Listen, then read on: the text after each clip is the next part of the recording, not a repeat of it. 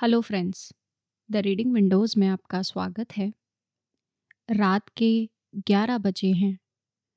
कोई व्यक्ति अपने कमरे में बैठकर सोच रहा है, मैं हमेशा सबके लिए अच्छा करता हूँ, फिर भी लोग मेरी कद्र क्यों नहीं करते।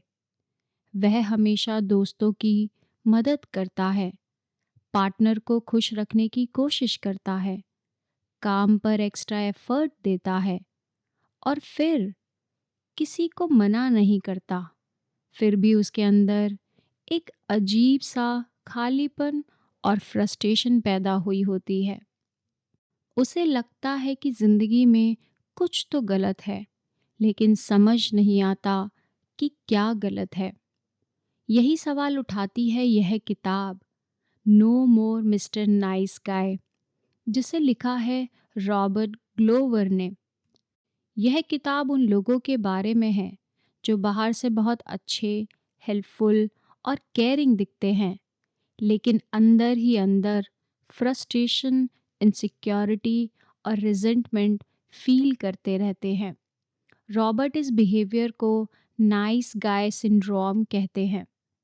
यह वह माइंडसेट है जिसमें व्यक्ति मानता है कि अगर वह हमेशा अच्छा रहेगा, किसी को नाराज नहीं करेगा और सबको खुश रखेगा, तो उसे प्यार, अप्रूवल और सक्सेस मिल जाएगी। सुनने में यह सोच बहुत अच्छी लगती है। हमें बचपन से यही सिखाया जाता है कि हमें अच्छा इंसान बनना चाहिए, लोगों की हेल्प करनी चाहिए और दूसरों का ख्याल रखना चाहिए। लेकिन रॉबर्ट बताते हैं कि जब अच्छा बनना एक मजबूरी बन जाता है, जब व्यक्ति अपनी असली फीलिंग्स को दबाकर सिर्फ अप्रूवल पाने के लिए अच्छा बनने की कोशिश करता है, तब यह बिहेवियर अनहेल्दी बन जाता है। नाइस गाय अक्सर दूसरों की ज़रूरतों को अपनी ज़रूरतों से ऊपर रख सकते हैं। वे कॉन्फ्लिक्ट से बचते हैं, ना कहने से डरते हैं और अपनी असली फीलिंग्स को छिपा लेते हैं।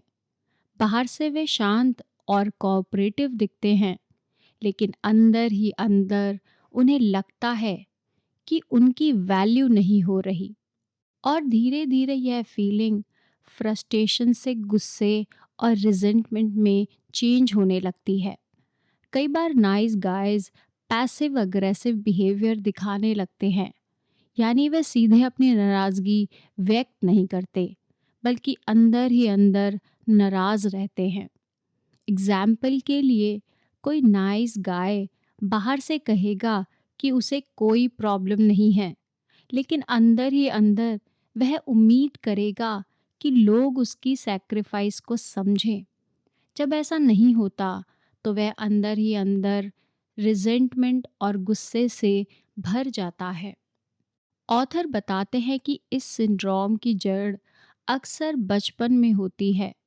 बचपन में कई लड़कों को सिखाया जाता है कि उन्हें हमेशा अच्छा और पोलाइट रहना चाहिए, किसी को नाराज़ नहीं करना चाहिए और अपने इमोशंस को दबा कर रखना चाहिए। कई बार बच्चों को यह भी सिखाया जाता है कि गुस्सा करना गलत है, रोना गलत है, अपनी ज़रूरतों के बारे में ज़्यादा बोलना सेल्फिश है और दूसरों को खुश रखना ही सबसे अच्छा बिहेवियर है। अगर किसी बच्चे को बार बार यह मैसेज मिलता है कि उसकी ज़रूरतें इम्पॉर्टेंट नहीं हैं, तो वह धीरे धीरे यह बिलीव करने लगता है कि उसे प्यार पाने के लिए परफेक्ट बनना होगा और दूसरों को खुश करना होगा। और यही बिलीफ अडल्टहुड में भी बना रहता है। नाइस गाय अक्सर यह सोचते हैं कि अगर वे अच्छे पार्टनर बनेंगे, सबकी मदद करेंगे और कॉन्फ्लिक्ट नहीं करेंगे, तो उनकी लाइफ ऑटोमेटिकली स्मूथ मक्खन जैसी हो जाएगी। लेकिन रियलिटी में ऐसा बिहेवियर कई बार उल्टा इफेक्ट पैदा करता है। जब कोई व्यक्ति अपनी बाउंड्रीज क्लियर नहीं करता और हमेशा दूसरों को प्रायोरिटी देता है, तो लोग कई बार उसकी काइंडनेस को वीकनेस समझने लगते हैं। धीरे धीरे लोग उससे ज़्यादा एक्सपेक्ट करने लगते हैं और उसकी एफर्ट्स को नॉर्मल समझने लगते हैं। इससे नाइस गाय को फील होने लगता है कि लोग उसका फ़ायदा उठा रहे हैं। लेकिन असली प्रॉब्लम यह होती है कि उसने कभी अपनी लिमिट्स क्लियर ही नहीं की होती। इस किताब का सबसे इम्पॉर्टेंट मैसेज यही है कि हेल्दी लाइफ और हेल्दी रिलेशनशिप के लिए ऑथेंटिसिटी और बाउंड्री ज़रूरी है। ऑथेंटिसिटी का मतलब है कि व्यक्ति अपनी असली फीलिंग्स, नीड्स और बाउंड्रीज को ऑनेस्टली एक्सप्रेस करे। रॉबर्ट कहते हैं कि असली कॉन्फिडेंस का मतलब यह नहीं होता कि हम हमेशा दूसरों को खुश रखें। असली कॉन्फिडेंस का मतलब है कि हम खुद को एक्सेप्ट करें और अपनी ज़रूरतों को भी उतनी इम्पोर्टेंस दें जितनी दूसरों की ज़रूरतों को देते हैं। जब कोई व्यक्ति खुद को एक्सेप्ट करना शुरू करता है, तब उसे यह महसूस होता है कि उसे हर समय अप्रूवल की ज़रूरत नहीं है। वह यह समझने लगता है कि उसकी वैल्यू इस बात से तय नहीं होती कि लोग उसके बारे में क्या सोचते हैं। इस किताब में नाइस गाय के लिए कई प्रैक्टिकल स्टेप भी बताए गए हैं। सबसे पहला कदम है सेल्फ अवेयरनेस का। व्यक्ति को यह समझना होगा कि कब अप्रूवल वह पाने की कोशिश कर रहा है और कब वह अपनी असली फीलिंग्स को दबा रहा है। जब हम अपने बिहेवियर के पैटर्न्स को पहचानने लगते हैं, तभी हम उन्हें बदलना शुरू कर सकते हैं। दूसरा कदम है बाउंड्रीज बनाना। हेल्दी रिलेशनशिप में बाउंड्रीज बहुत ज़रूरी होती हैं। जब हम अपने लिमिट्स क्लियरली डिफाइन करते हैं, तभी लोग हमें रिस्पेक्ट करना सीखते हैं। अगर हम हर समय दूसरों के लिए अवेलेबल रहेंगे और कभी ना नहीं कहेंगे, तो लोग यह मानने लगते हैं कि हमारी लिमिट्स ही नहीं हैं। तीसरा कदम है ना कहना सीखना। कई नाइस गाय को ना कहना बहुत टफ लगता है, क्योंकि उन्हें डर लगता है कि सामने वाला नाराज़ हो जाएगा। लेकिन सच यह है कि जब हम हर चीज़ के लिए हाँ कहते हैं, तो हम अपनी नीड्स को इग्नोर कर रहे होते हैं। ना कहना सेल्फिश नहीं है, बल्कि ये सेल्फ रिस्पेक्ट का एक बटन होता है। चौथा कदम है अपने इमोशंस को ऑनेस्टली एक्सप्रेस करना।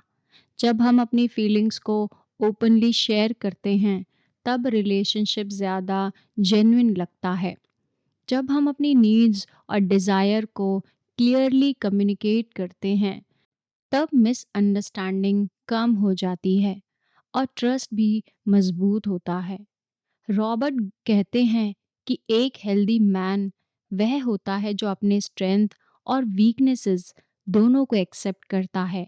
वह दूसरों को रिस्पेक्ट देता है, लेकिन खुद को भी सम्मान करता है। वह रिलेशनशिप में ऑनेस्ट रहता है, वल्नरेबिलिटी से डरता नहीं है और अपनी आइडेंटिटी को छिपाता भी नहीं है। इस किताब की सबसे पावरफुल सीख यह है कि इंसान अच्छा बनने के लिए और अच्छा नाइस गाय बनने में फ़र्क होता है। अच्छा इंसान वह होता है जो केयरिंग, ऑनेस्ट और रिस्पेक्टफुल होता है, लेकिन साथ ही वह अपनी बाउंड्रीज भी क्लियर रखता है और अपनी ज़रूरतों को भी इम्पोर्टेंस देता है। जबकि नाइस गाय अक्सर दूसरों को खुश करने के लिए खुद को खो देता है।